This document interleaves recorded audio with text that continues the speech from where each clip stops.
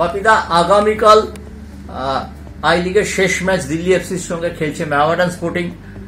যুব ভারতীতে খেলাটা হচ্ছে।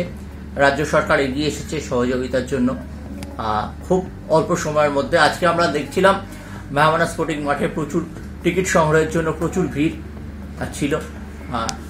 আগামীকাল তুমিও মাঠে থাকছেন, মোহামেডানের এই সাফল্যটা নিয়ে যদি একটু কিছু বলো। আমার মনে হয় বাংলার ফুটবলের এখন এই মুহূর্তে সবচেয়ে ভালো খবর, সবচেয়ে বড় খবর হচ্ছে মোহামেডানের আই লিগ জেতা, এবং তারা আগামী বছর আইএসএল খেলবে, আগামী সিজন থেকে আইএসএল খেলবে।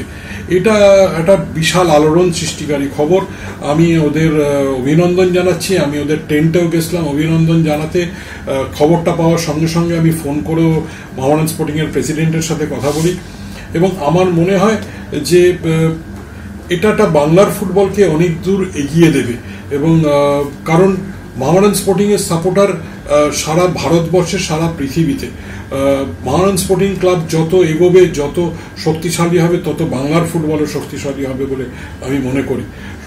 আগামীকাল ওদের দিল্লি এফসির সাথে খেলা, আমি মাঠে যাচ্ছি বিশেষ করে মোহামেডান স্পোর্টিংকে অভিনন্দন জানাতে।